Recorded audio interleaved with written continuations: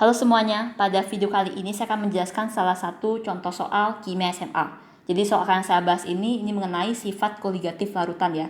Kalian tahu kan kalau misalkan sifat koligatif larutan itu ada sebanyak 4 jenis ya.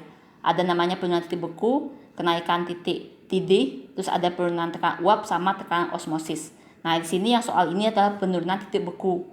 Sebelum kalian lanjut ke video saya yang ini, kalian jangan lupa subscribe dulu channel saya ini karena channel ini mengupload video fisika, kimia, biologi, sama matematika ya. Dan kalian harus nyalakan notification-nya karena setiap hari kami upload video ya. Sekarang langsung saja ke contoh soalnya. Penurunan titik beku larutan 0,1 mol gula dalam 1 kg air itu adalah T derajat Celcius. Jika 0,1 mol natrium sulfat dilarutkan dalam jumlah air yang sama, maka penurunan titik bekunya adalah, nah di sini itu adalah dua kondisi yang berbeda ya. Satu itu adalah gula yang dilarutkan dalam air, dan yang kedua itu adalah natrium sulfat yang dilarutkan dalam air. Nah, ini di sini soal ini diketahui jumlah pelarutnya sama, gula sama natrium sulfatnya itu sama-sama 0,1 mol. Sedang untuk airnya sama juga, pelarutnya sebagai pelarutnya kan air, dia juga sama 1 kg juga. Nah, kalau misalnya kalian mendapatkan dua kondisi seperti ini, kalian harus membuat perbandingannya. Nah, saya kasih tahu kalian dulu rumus dari penurunan titik beku ya. Jadi delta TF itu adalah M kali KF ya. Delta TF itu adalah penurunan titik bekunya, M itu adalah molalitas, KF itu adalah konstanta atau tetapan ya, konstanta tetapan untuk titik bekunya, seperti itu ya. Nah di sini KF ini bergantung pada pelarutnya ya. Kalau misalkan KF-nya itu dia sama-sama dilarutkan dalam air, berarti KF-nya sama, seperti itu. Ini juga ada rumus lain, yaitu delta TF itu sama dengan MKF dikali I. Nah, I itu adalah faktor Van Hoff ya. Kalau misalkan kalian memakai rumus yang pertama ini, kalau misalkan larutannya itu adalah non elektrolit ya. Ini adalah non elektrolit. Sedang untuk yang kedua ini, karena ada faktor Van Hoff-nya, itu adalah elektrolit ya. Jadi rumus dari faktor Van Hoff ini, I sama dengan 1 plus N-1 kali alfa ya. N itu adalah jumlah dari ionnya yang dihasilkan, sedangkan alfa ini adalah derajat disosiasinya gitu. Karena kan kalau dia non elektrolit itu dia alfanya, karena dia kan tidak terdisosiasi menjadi ion-ionnya gitu kan. Jadi alfanya 0, makanya dia I-nya itu sama dengan 1, sehingga kita tidak perlu menuliskan I-nya. Karena kan dikali dengan 1 kan sama aja dengan M kali KF ya. Jadi M kali KF kali 1 itu sama aja dengan M kali KF, seperti itu. Jadi kita tidak perlu menuliskan I-nya gitu. Nah di sini itu ada dua keadaan, yang satu larutan gula sama larutan natrium sulfat.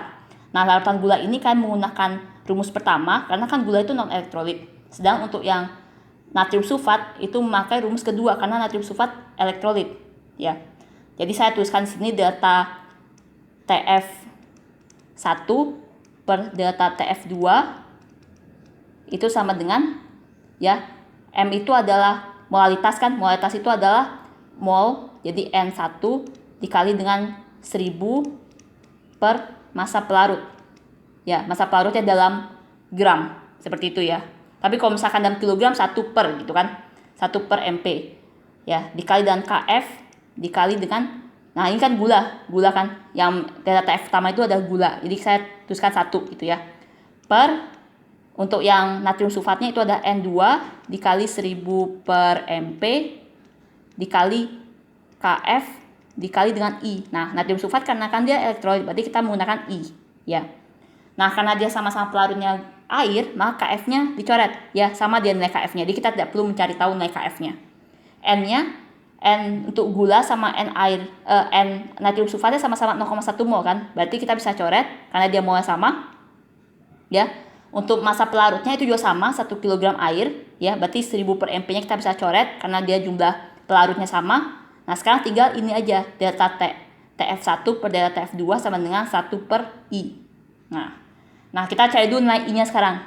Nilai I-nya itu adalah, saya tuliskan lagi 1 plus N-1 kali alfa ya. Saya tuliskan dulu rumus dari natrium sulfat itu kan ada Na2SO4. Ini kalau misalkan dia terdisosiasi itu menjadi 2Na plus ditambah dengan SO4 2-. Nah, kita lihat di sini Na-nya ada sebanyak 2, Na plusnya, dan SO4 2- ada sebelah 1. Berarti N-nya itu adalah 3. Karena tadi saya sudah bilang N itu adalah jumlah ion yang dihasilkan. Jadi ion dihasilkan ada sebanyak 3. Ya. Nah, sedangkan natrium sulfat itu sendiri, karena kan dia terbentuk dari natrium hidroksida sama asam sulfat kan gitu. Natrium hidroksida sama asam sulfat itu dia sama-sama asam kuat sama basa kuat. Seperti itu. Sehingga dia alfanya 1 karena dia terdisosiasi secara sempurna dalam air gitu ya. Jadi alfanya 1, N-nya 3. Sekarang kita cari I-nya. I sama dengan 1 plus N-nya itu 3. 3 min 1, alfanya ada 1. Sehingga 1 plus 2 yaitu 3. Jadi I-nya itu ada 3. Saya tuliskan di sini. Jadi data TF1-nya kan diketahui T derajat Celcius. Berarti saya tuliskan di sini T. Kita mencari sekarang data TF2-nya kan. Jadi kita diamkan saja data TF2-nya. Itu sama dengan 1 per I-nya itu adalah 3. Masuk di sini 3. Sehingga data TF2-nya itu adalah 3 kali T. Berarti 3T. Ya. Jadi untuk penurunan titik beku dari natrium sulfat itu adalah 3T derajat Celcius. Jawaban untuk soal ini adalah yang B. Oke, sekian saja pembahasan saya untuk soal hal ini. Mudah-mudahan kalian mengerti ya. Jangan lupa kalian like, share, dan subscribe. Kalau kalian ada yang kurang mengerti atau ada yang ingin kalian tanyakan, kalian bisa komen di kolom komentar ya. Terima kasih.